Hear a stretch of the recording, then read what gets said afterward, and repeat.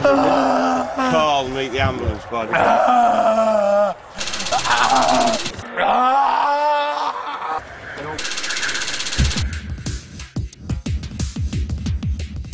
You just hold that tight, put pressure on there. Just keep that there, ambulance is on its way. Have you got any further injuries? Is it just your stomach, is it? Have you got a small box you can just lift your feet? Just going to lie your back, mate, and just raise your feet. Nice and steady. Ambulance is on its way, mate.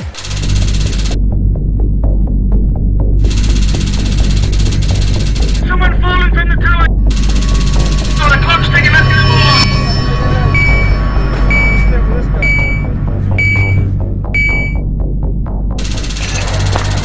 Pressure on me. Don't worry, the ambulance is on its way.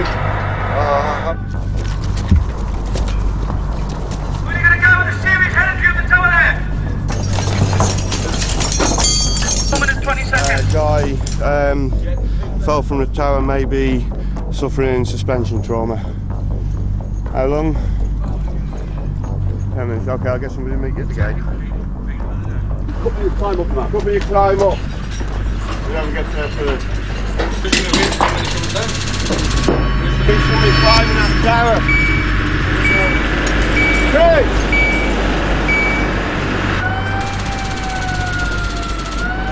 We've got the chair when it comes. When the chair comes out, if you've got the chair, give me a hand.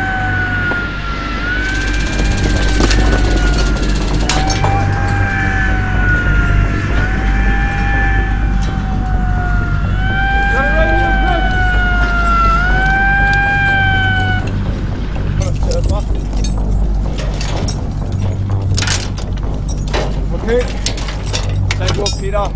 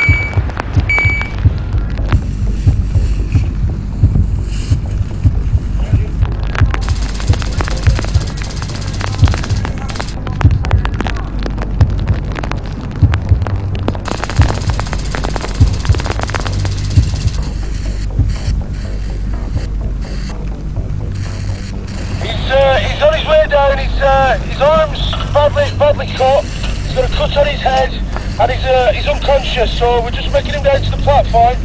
We've not got enough rope, so we're going to have to use 2 kits.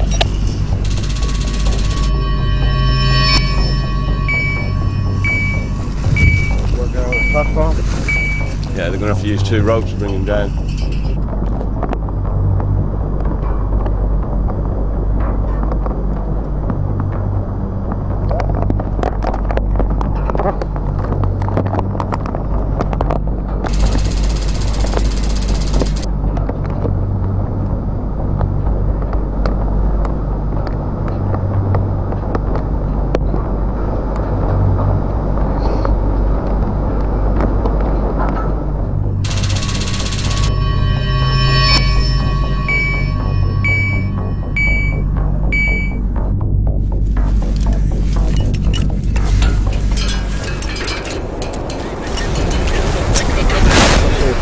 Okay, we're leaving all the kit sorting out fast.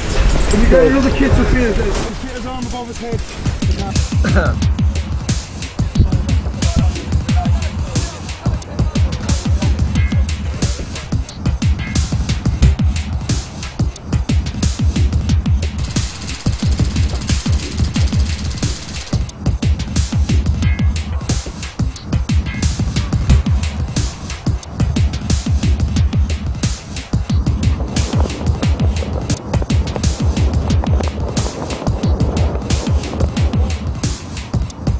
we'll stay where we are. We're going to put the second abseil kit on now, because we're 2 metres above the platform, and then we'll swap that down and we'll bring that down before he goes. You're safe to move that safety line.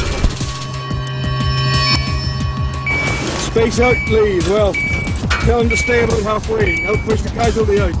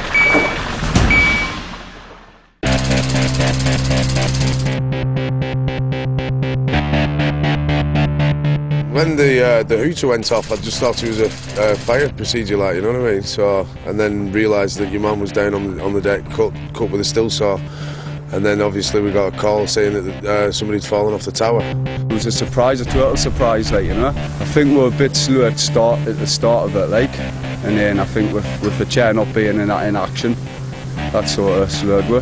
The hardest part of it was getting everybody up there in place, really, actually starting it off.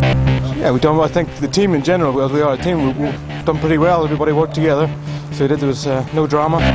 Well, when the alarm went off and started screaming and I seen the bloke on the floor, I didn't know if it was real or not, to be honest. I thought he really had an accident. The hardest part was, usually we'd have the chair onto a winch bond and it could slide right into the tower, but we changed it onto a turfer, so we could have got the casualty down a lot quicker.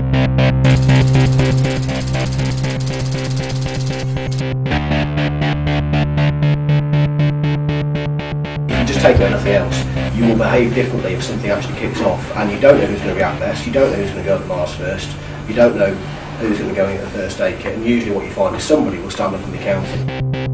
The whole idea today was to set up worst case scenario. That's why you had 2 injuries, one up the mast, one down below. So we could try and figure out how we would react if these things did happen. At the moment you've been trained in a certain system if anything goes wrong. The idea of today was to evaluate that system to see if the system's up to scratch or not. If not, we're looking at the areas where it can be improved to restructure the training programme so that you guys are retrained in a more effective way. I did enjoy it, yeah. This is funny enough. Yeah, because like when you're doing the training, you don't get that real life experience. You know what I mean? Next time, if it really happens, then we'll respond quicker, and that could make all the difference. It could save someone's life. We're not paramedics at the end of the day, but we look at the situation differently now, definitely for first aid point of view, treating a guy on the mast before we actually rescue him, with stem bleeding and that there. If you know it's coming up, then people tend to start talking about it as it approaches, and people get time to think about what they're going to do. In a real life situation, you don't get that time, you know, you have to react purely on instinct. And today we got a good idea what everyone's instincts would be. I think the main thing we learnt is how people deal in a real life situation, and they behave differently to what we may expect them to do. And so we've been able to learn how this team on this site have managed themselves, how the leadership of the different tasks has gone, and how they've developed their own solutions to carry out the rescue and to deal with the first aid incident. Better than the training courses we go on, to do it on site, nobody's expecting it, get up there and have to do it, it's more or less a real situation, you know. I recommend this sort of training to everyone in this sort of work.